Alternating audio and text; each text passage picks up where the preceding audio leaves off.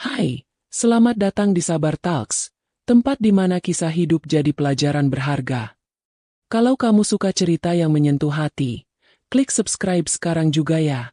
Jangan lupa like videonya, dan tulis di komentar kamu nonton dari mana. Siapa tahu, ada teman satu kota di sini. Dan sekarang, mari kita mulai kisah hari ini. Namaku Alia, usia 17 tahun. Hidupku tak seperti anak remaja kebanyakan yang bisa tertawa lepas di meja makan, atau bercerita panjang lebar tentang hari mereka di sekolah. Di rumah, aku hanya bagian dari pemandangan yang tak diinginkan. Seolah kehadiranku adalah noda yang sulit dihapus. Aku tinggal bersama ibu, ayah tiri, dan dua kakak yang lahir dari pernikahan ibu sebelumnya.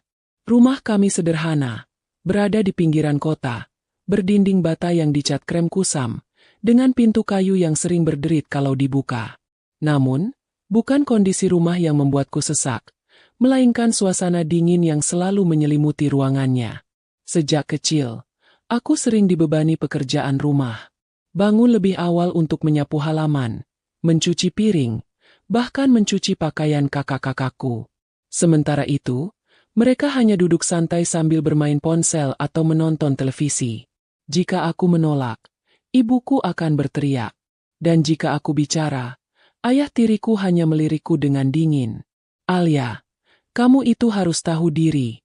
Jangan cuma makan di rumah ini. Kerja juga. Kamu pikir kamu siapa?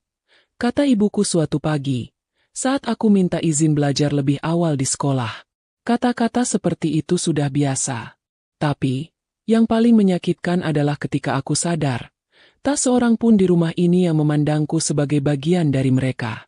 Aku hanya penghuni yang numpang hidup. Aku mencoba bertahan, mencari penghiburan lewat buku, dan kadang berbicara pada diriku sendiri dalam hati. Tapi semua berubah ketika aku menemukan sesuatu yang membuat dunia kecilku runtuh. Hari itu, aku sedang mencari dokumen untuk keperluan administrasi sekolah.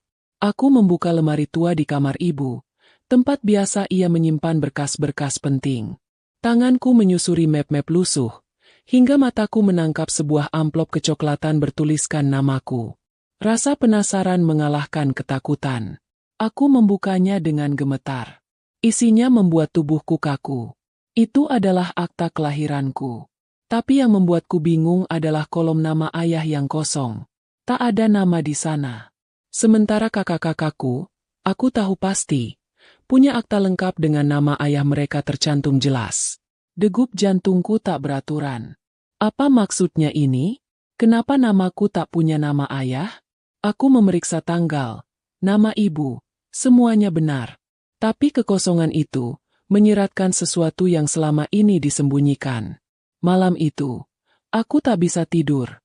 Aku menatap langit-langit kamar sempitku, berusaha menafsirkan makna dari potongan dokumen itu. Aku mulai mengingat-ingat semua perlakuan ibu, diamnya ayah tiri, dan ucapan samar nenek dulu ketika ia pernah berkata lirih. Kasihan anak itu. Bahkan tak tahu siapa ayahnya. Ucapan itu dulu kuanggap sebagai gumaman orang tua. Tapi kini, aku merasa semuanya masuk akal. Aku bukan bagian dari keluarga ini. Bukan darah dari ayah tiriku.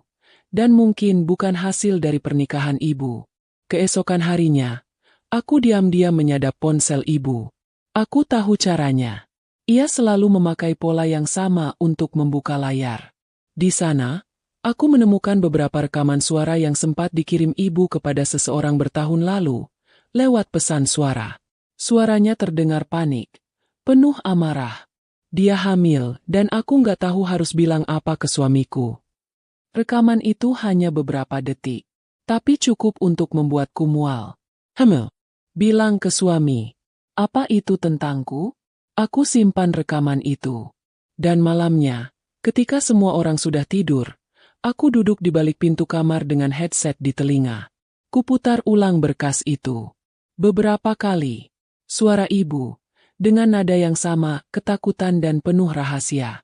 Aku ingin menanyakan ini langsung. Tapi aku tahu, ibu bukan tipe yang suka ditanya. Jika aku berani menyentuh luka lamanya, ia akan membalas dengan luka baru yang lebih dalam. Tapi rasa ingin tahuku lebih besar dari ketakutanku. Aku tunggu waktu yang tepat. Dan waktu itu datang lebih cepat dari yang kukira. Malam itu, ibu sedang berada di dapur, sendirian. Kakak-kakakku tertawa di ruang tengah, dan ayah tiri duduk di teras, merokok seperti biasa. Aku masuk perlahan, membawa ponsel yang berisi rekaman suara itu. Napasku terasa berat, tapi langkahku mantap. Ibu, panggilku pelan. Ia menoleh sekilas, lalu kembali mengaduk tumisan. Ada apa lagi? Aku meletakkan ponselku di meja makan, tepat di hadapannya. Tanpa bicara, kuputar rekaman itu. Suara ibu yang panik, lirih, terdengar jelas dalam keheningan dapur. Kalimat itu menabrak udara seperti palu menghantam kaca. Dia hamil, dan aku nggak tahu harus bilang apa ke suamiku. Ibu terdiam. Tangannya berhenti mengaduk. Matanya perlahan menatapku. Kosong, sebelum mendadak berubah tajam. Dalam 1 detik, ia meraih ponsel itu dan melemparkannya ke lantai. Layarnya retak. Hatiku ikut retak. Kamu dapat itu dari mana? Suaranya rendah, tapi mengandung kemarahan yang meletup. Apa itu tentang aku? Tanyaku dengan suara bergetar. Siapa ayah kandungku? Bu? Kenapa di akta lahir aku nggak ada nama ayah? Tamparan mendarat di pipiku tanpa aba-aba. Panas, pedih. Tapi lebih menyakitkan dari tamparannya adalah tatapan matanya. Tatapan seseorang yang membenci bayangannya sendiri. Kamu nggak punya hak untuk tahu. Kamu pikir kamu siapa? Alia? Hah? Anak haram itu harusnya nggak pernah lahir. Aku terpaku. Kata-kata itu seperti peluru. Dingin dan mematikan. Jadi benar, aku bukan anak ayah. Bukan. Dan dia juga bukan ayahmu. Kamu adalah kesalahan terbesar dalam hidupku. Suara ibu pecah. Ia menangis. Tapi bukan tangisan penyesalan. Itu adalah tangisan kemarahan, dendam, dan penyangkalan. Aku mundur perlahan, lalu berlari menuju kamarku. Kakak-kakakku yang mendengar keributan hanya menatapku sinis. Ayah tiri tetap di teras, pura-pura tak terjadi apa-apa. Malam itu, aku duduk di sudut kamar, memeluk lututku. Air mata tak lagi bisa kutahan. Kata-kata ibu terus bergema. Anak haram. Kesalahan. Tak seharusnya lahir. Sejak malam itu, perlakuan ibu padaku berubah lebih buruk dari sebelumnya. Ia tak lagi berbicara kecuali untuk memerintah. Sarapan tidak disediakan untukku. Aku tak boleh makan bersama. Kakak-kakakku tertawa lebih lepas ketika aku disuruh membersihkan kamar mandi, sementara mereka menikmati kue dari toples tanpa berbagi. Satu-satunya tempat yang memberiku ruang bernapas adalah sekolah. Dan satu-satunya orang yang memperhatikanku adalah Bu Rani, guru bimbingan konseling. Aku mendatangi ruangannya saat istirahat, duduk tanpa bicara. Dan saat Bu Rani menyodorkan secangkir teh hangat, aku menangis di sana. Untuk pertama kalinya, aku biarkan semua bebanku runtuh di hadapan seseorang yang bukan keluarga. Aku bukan anak dari ayahku. Ibuku bilang aku adalah anak dari perselingkuhannya. Aku bahkan gak tahu siapa aku sebenarnya. Isaku. Bu Rani mendengarkan dengan sabar. Ia tak berkata apa-apa sampai aku selesai menangis. Lalu ia menyentuh lenganku dengan lembut.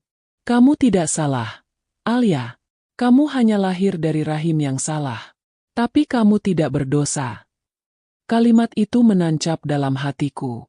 Untuk pertama kalinya, seseorang berkata aku tidak salah. Itu cukup membuatku bertahan hari itu. Hari-hari berikutnya berubah lebih menyakitkan. Kakak perempuanku, Citra, mulai memfitnahku mencuri uang belanja.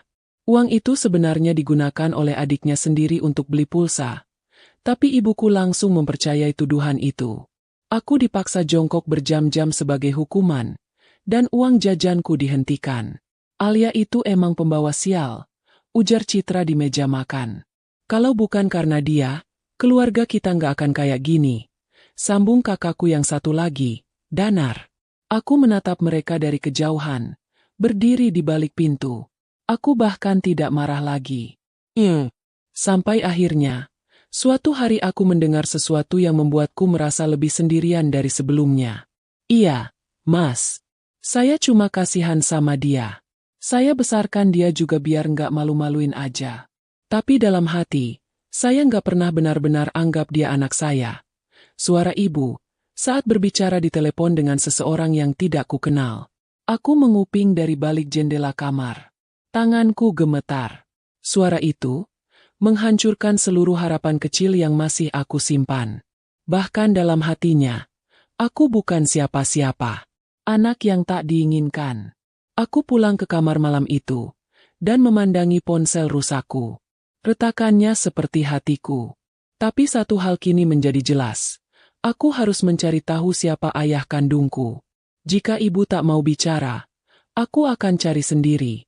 Hari-hari berikutnya, aku mulai menyusun rencana diam-diam. Aku ingat nama panggilan pria yang disebut dalam salah satu rekaman ibu, Fajar. Nama yang terdengar samar.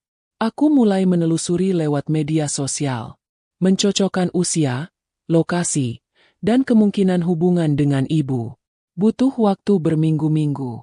Tapi akhirnya, aku menemukan seorang pria bernama Fajar Nanda, yang dulu tinggal sekota dengan ibu sebelum pindah keluar kota.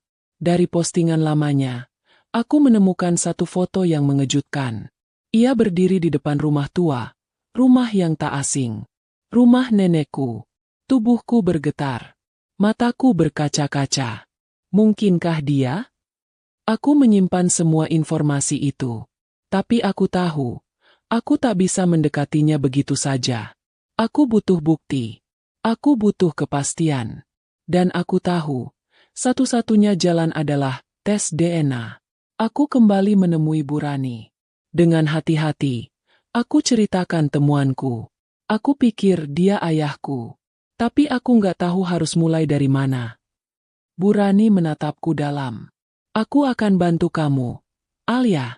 Tapi kita harus hati-hati. Kita lakukan ini pelan-pelan, ya. Dari situ, harapanku tumbuh lagi. Sedikit. Tapi cukup untuk menyalakan cahaya kecil di lorong gelap hidupku. Namun, seperti takdir yang selalu suka bermain kejam, di hari yang sama, ibu menemukan catatan pencarianku di buku harian. Dan malamnya, jadi kamu sekarang mulai cari ayahmu, ya? Hebat kamu. Punya waktu buat ngorek masa lalu, tapi gak punya malu. Teriak ibu, sambil melempar tasku keluar rumah. Kalau kamu ngerasa bukan bagian dari keluarga ini, keluar. Jangan pernah balik lagi. Aku berdiri di depan pintu, menatap tasku yang tergeletak di tanah. Langit gerimis. Hatiku hujan deras. Tak seorang pun menghentikannya. Ayah tiri tetap diam. Kakak-kakakku menonton dari balik tirai. Malam itu, untuk pertama kalinya, aku tidur di luar rumah. Di emperan toko yang sudah tutup. Dengan satu tas, satu jaket tipis, dan satu keputusan. Aku akan temukan siapa aku sebenarnya. Meski harus kehilangan semuanya. Angin malam menyusup masuk ke dalam jaketku. Jaket tua peninggalan almarhum nenek yang dulu selalu menyelimutiku diam-diam saat aku sakit. Kini, tak ada lagi tangan yang menyelimuti. Tak ada pelukan. Hanya batu trotoar yang dingin, dan tubuhku yang mulai menggigil. Aku memeluk lututku, menggigit bibir sendiri agar tak menangis. Tapi air mata tetap menetes. Bukan karena takut. Tapi karena diusir dari tempat yang selama ini kupanggil rumah. Dan tak seorang pun mencoba menghentikannya. Tidak ibu, tidak ayah tiri, tidak kakak-kakakku. Seolah kepergianku adalah kelegaan bagi mereka.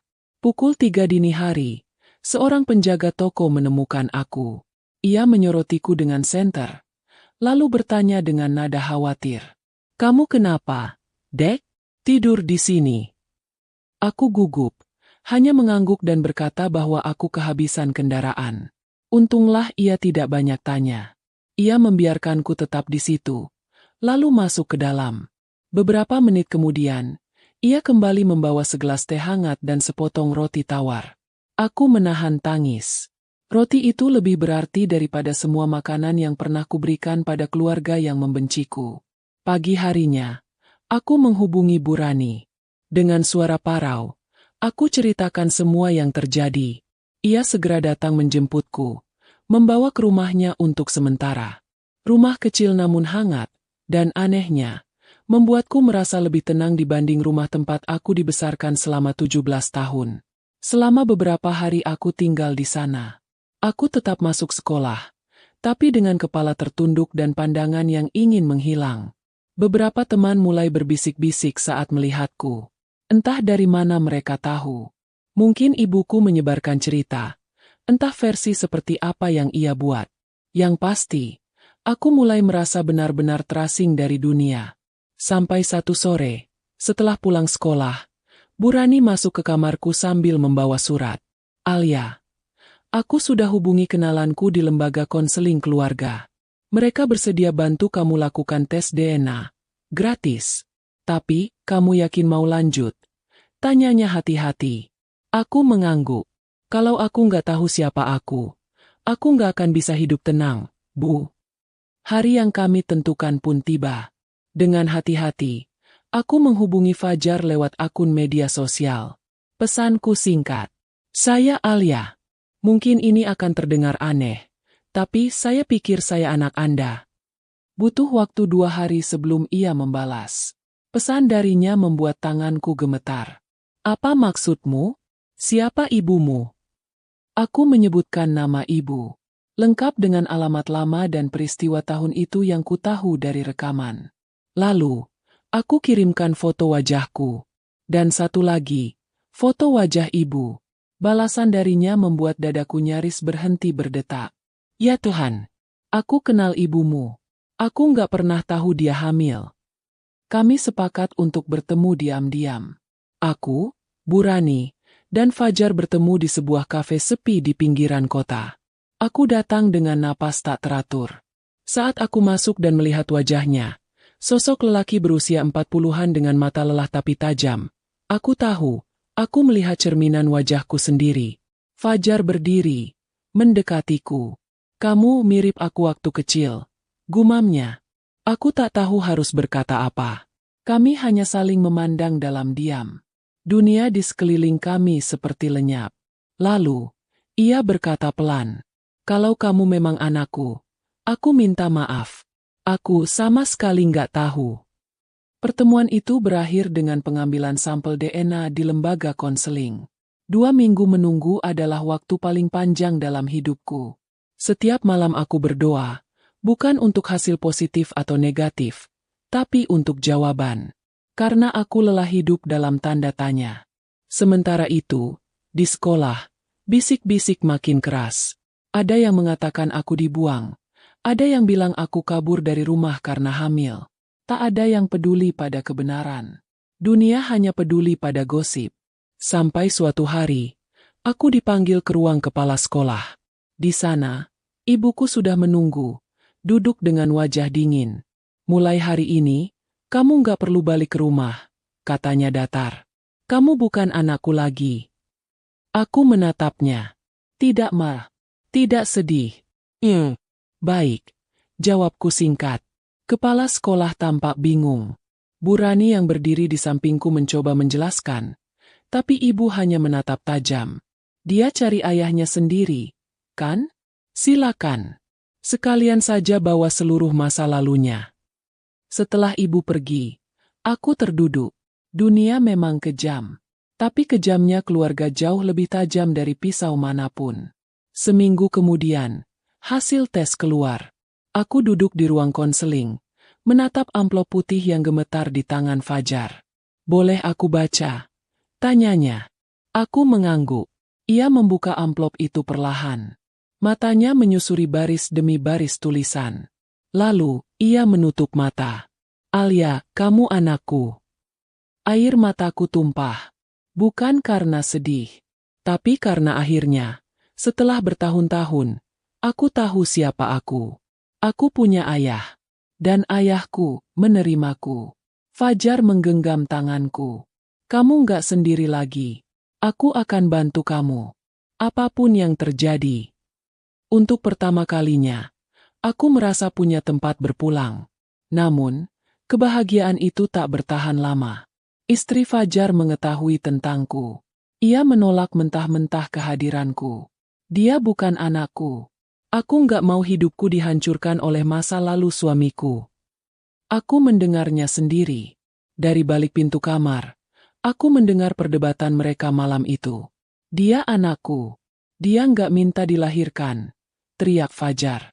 Justru karena dia nggak minta, jangan bawa dia ke sini, balas sang istri. Aku keluar dari rumah itu keesokan harinya. Tak ingin menjadi sumber keretakan siapapun. Tapi Fajar menyusulku, mengejarku sampai ke halte tempat aku duduk sendirian.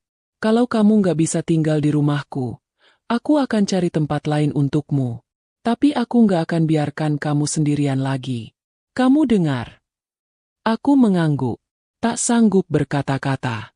Malam itu, aku tidur di rumah kos kecil yang dibayarkan oleh Fajar. Ia berjanji akan mengurus semuanya. Sekolahku, biaya hidupku. Ia mulai jadi ayah dalam bentuk paling tulus yang pernah ku tahu. Tapi luka dari masa laluku belum sembuh. Aku masih sering terbangun tengah malam, bermimpi dipanggil, anak haram, oleh ibuku. Aku masih memikirkan kenapa semua orang di rumah itu begitu membenciku. Mereka membenci dosa yang bukan aku pelakunya. Dan ketika aku akhirnya punya keberanian untuk membuka semua ini ke publik, aku mulai menulis. Di sebuah blog kecil yang kutulis dengan nama samaran, aku mulai mencurahkan kisahku.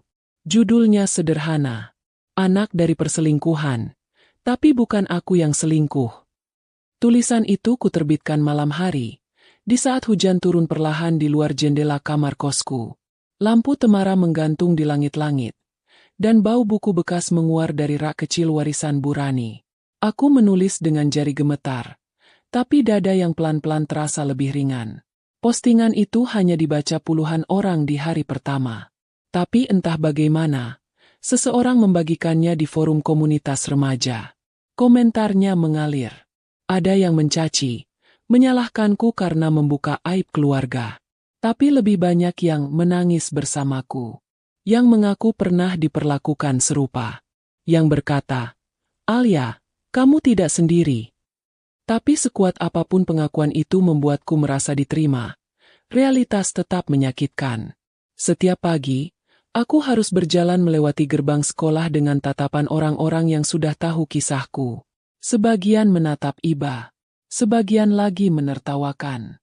Citra, kakakku, ternyata membaca tulisanku. Ia mengirim pesan padaku lewat teman satu sekolah. Kamu pikir kamu pahlawan karena buka aib keluarga? Dasar cari perhatian. Jangan pernah pulang lagi. Aku tidak membalas. Tak ada gunanya. Orang seperti Citra hanya merasa benar ketika bisa melihat orang lain jatuh lebih rendah darinya. Hari-hari berikutnya, aku menjalani hidup seperti pejalan sunyi. Tapi aku tahu aku sudah tak sendiri. Fajar, ayah kandungku, mulai sering menemuiku. Kadang mengajakku makan malam. Kadang hanya duduk diam di taman kota sambil berbicara pelan. Aku juga korban, Alia, ucapnya suatu hari. Waktu itu, aku hanya mahasiswa magang yang jatuh cinta pada wanita yang lebih dewasa. Ibumu membuatku merasa istimewa. Tapi dia juga tahu aku tidak siap jadi ayah.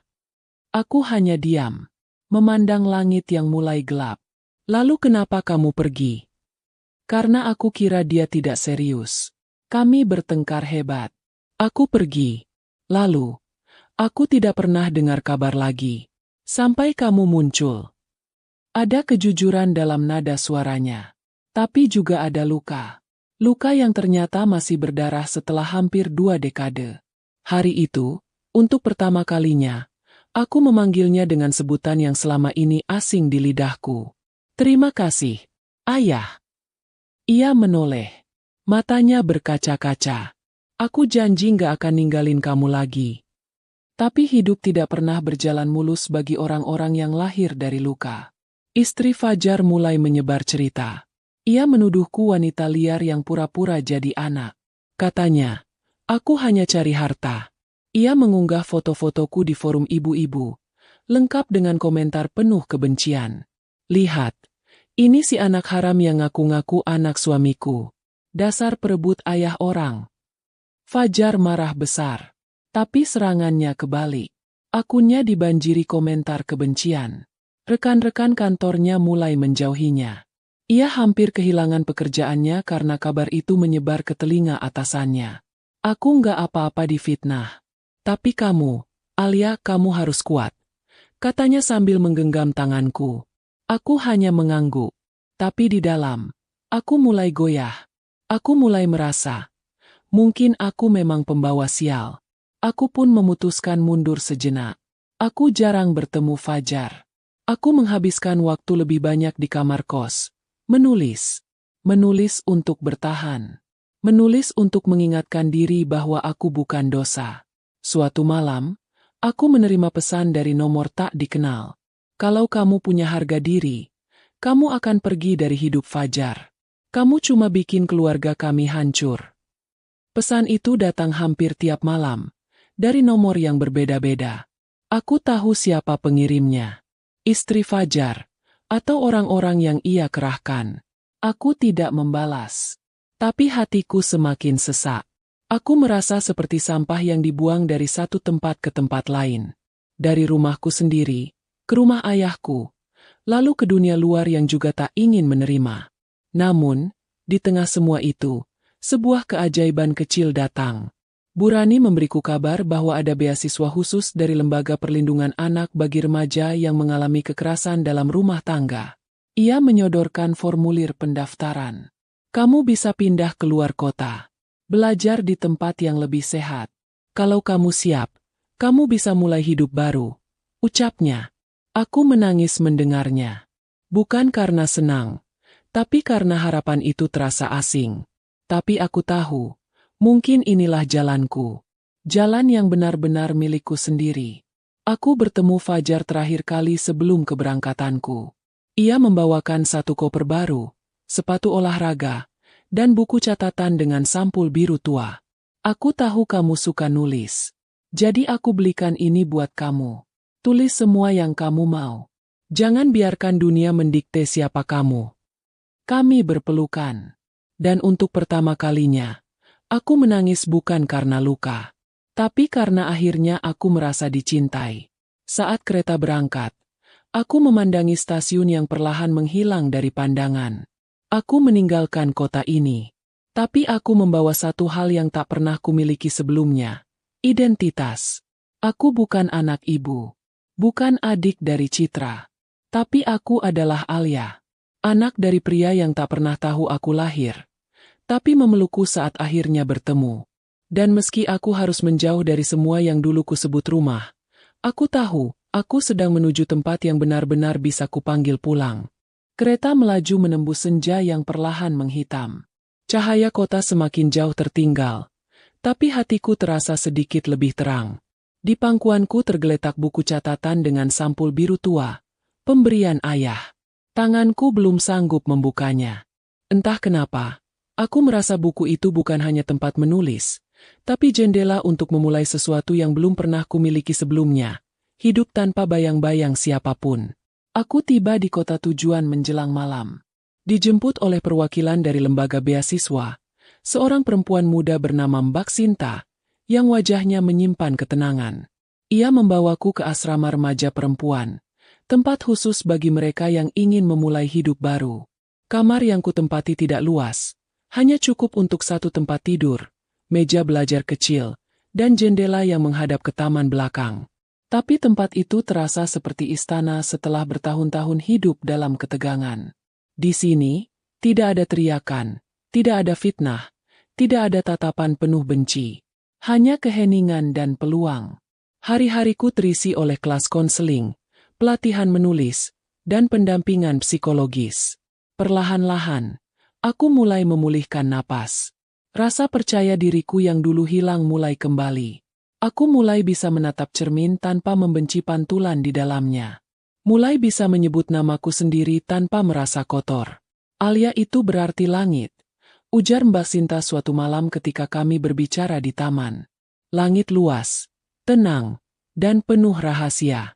Kamu seperti langit yang tetap berdiri, meski banyak awan kelam pernah lewat. Aku tersenyum. Mungkin aku langit yang baru belajar menerima badai. Tapi badai belum benar-benar usai. Suatu hari, saat membuka email, aku melihat satu pesan tak terduga. Dari Citra. Subjek, berhenti menulis tentang keluarga kami. Tanganku gemetar saat membukanya. Isinya hanya 2 kalimat. Jangan pikir kamu jadi pahlawan hanya karena orang-orang kasihan. Kami muak lihat kamu jual-jual cerita. Hentikan sekarang juga, atau tunggu aibmu sendiri terbongkar. Aku tak tahu aib apa yang ia maksud. Aku bahkan tak menyimpan rahasia. Semua aib keluargaku sudah mereka telanjangkan sendiri di hadapanku, tanpa malu. Tapi email itu menusukku seperti pisau tua yang mencoba menguliti luka lama. Malam itu, aku membuka laptop dan menulis balasan. Tapi tak pernah kukirim. Karena aku tahu, tidak ada kata-kata yang bisa menyentuh hati yang sudah membatu. Sebaliknya, aku menulis di blogku, bukan membalas, tapi menyuarakan kebenaran yang lebih besar. Terkadang, keluarga bukan tempat kita kembali, tapi tempat kita lahir agar kita bisa belajar bagaimana seharusnya tidak mencintai. Dan dari luka itu, kita akhirnya tahu cara mencintai diri sendiri. Postingan itu viral. Dalam 2 hari, dibaca lebih dari 100.000 orang. Di-share oleh para penyintas kekerasan domestik. Dipuji oleh aktivis perempuan. Bahkan seorang editor dari penerbit independen menghubungiku untuk menawarkan kerjasama menulis buku memoir. Alia, kami membaca kisahmu, dan kami percaya ini harus disuarakan lebih luas. Kamu bisa bantu banyak orang. Tulis mereka. Aku tidak langsung menjawab. Tapi malam itu, aku membuka buku biru pemberian ayah. Menulis di halaman pertama. Aku mungkin dilahirkan dari kesalahan mereka. Tapi hidupku bukan kesalahan. Aku akan menciptakan sesuatu dari luka ini. Aku akan hidup. Sementara itu, ayah tetap rutin menghubungiku. Kami belum bisa bertemu karena situasi rumahnya yang belum membaik. Tapi suaranya setiap malam seperti suara jangkar dalam hidupku yang masih goyah. Apapun yang mereka katakan, jangan berhenti menulis. Ya, nak, katanya. Tapi kemudian, datang berita yang menggetarkan segalanya. Bu Rani menghubungiku lewat telepon. Alia, ibumu masuk rumah sakit. Aku terdiam. Tak tahu harus merasa apa. Tumor di rahimnya. Sudah menyebar. Dia butuh operasi segera. Tapi keluarganya tidak cukup mampu menanggung semua biaya. Jantungku berdegup kencang. Ibu yang mengusirku. Ibu yang menamparku. Ibu yang menyebutku anak haram. Apa dia tahu aku diberitahu? Tanyaku. Tidak. Tapi aku rasa kamu berhak tahu. Malam itu, aku duduk lama di depan laptop. Menatap nama ibu di hasil pencarian rumah sakit. Menatap layar kosong yang seharusnya bisa kutulis dengan mudah. Tapi tak ada satupun kata yang keluar. Aku menelpon ayah. Haruskah aku bantu? Tanyaku dengan suara serak. Ayah diam lama. Lalu ia berkata, kamu tak punya kewajiban. Tapi kadang, yang membuat kita menjadi manusia bukan karena membalas, tapi karena memilih memutus rantai kebencian. Aku menangis.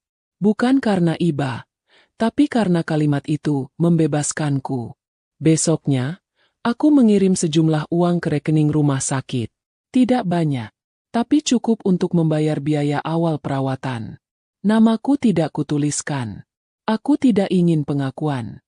Aku hanya ingin bisa tidur malam itu. Tanpa beban dendam. Beberapa minggu kemudian, aku menerima kiriman tak terduga. Sebuah surat.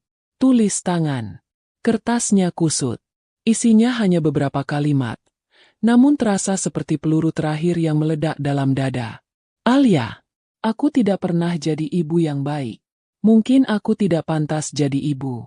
Tapi kalau suatu hari kamu menoleh ke belakang dan melihat bayanganku berdiri di situ, aku harap kamu tahu, aku bukan membencimu. Aku hanya terlalu malu mengakuimu.